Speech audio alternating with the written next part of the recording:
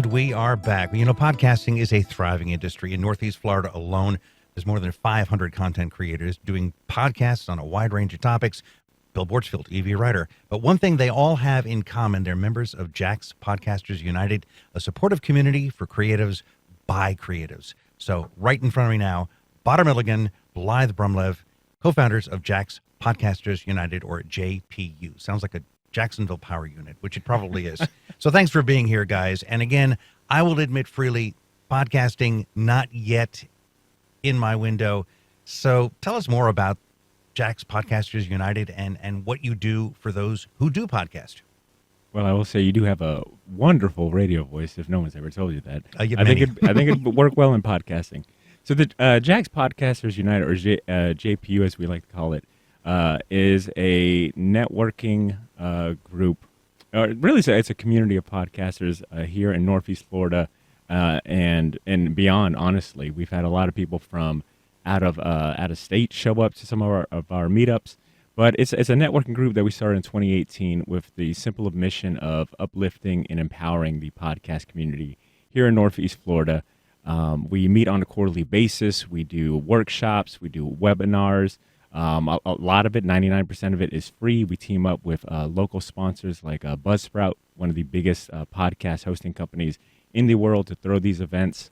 And we help aspiring as well as veteran podcasters level up their game, find ways to monetize their shows, and really anything else that we could do to support the podcast scene here in Northeast Florida. Yeah, because when you think about podcasting, especially when you're a podcaster, it's very lonely. You don't really have a team. It's a team of one. And a lot of the audience that you're talking to, you don't get to interact with them. And so for our meetups, which have a networking component and then an educational component, really are designed to help those aspiring podcasters. And we really, really push the value of community over competition. And so that is our bread and butter. And so we do that in a variety of ways, whether that is in-person meetups, which we truly believe in, and then also with online education through content. Yeah, for those of us who spent 2.5 years in their bedroom doing news at my previous job because of COVID and not having that personal connection, I am so in love with being in a newsroom with human beings to interact and toss ideas with. And I do understand that if you're staring at a cell phone with a ring light for half an hour doing a blog, that's not fun, that's not interactive, and please tell them to take off their glasses. It's very distracting to see the ring light in their glasses. There must be a better lighting source than that, but I understand budgets are budgets. So quickly, how did you guys get into this? I mean, I've got my cell phone, I've got my sticks, I've done some stuff on this, but maybe I should start doing some blogs. So how did you get involved? Well, for me, I really got started with podcasting because I come from a radio background as well. I was a co-host of a show called Helmets and Heels on 1010XL for 5 years, Jaguars kickoff, that kind of thing. And I frankly wanted a little bit more airtime. I wanted to, have that airtime to talk about things I wanted to talk about, more sports, more entertainment. And so I started up a podcast in order to do those things.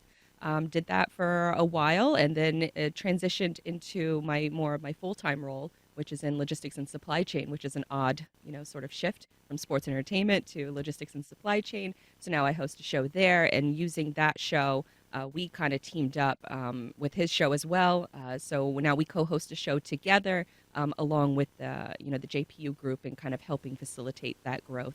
But Badr's been a podcaster for longer than I have. So I started in 2014. Badr, you started in 2012. Someone came up to me and said, "Hey, you like to talk a lot. You want to get on the mics and talk?" Wow, is that a 16 millimeter film camera? Someone cranking it then?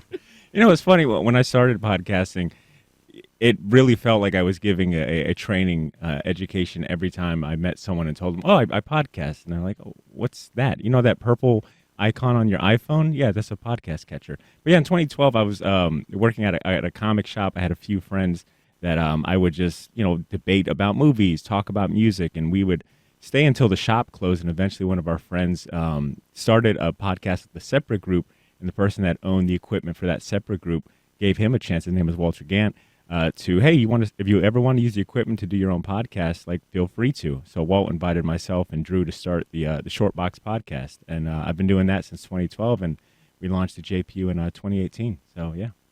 So you stress the in person, and indeed, I was actually on a podcast during COVID talking about science fiction, and we had some really cool guest stars, and there were two or three of us because I've got the broadcasting background, and there was somebody else involved, and so I do understand how much fun that is. It's a little sloppy. I mean, you really should be producing or pre-producing some of these segments. So what are you helping podcasters streamline and clean up the product so that it's actually watchable, listenable? Yeah.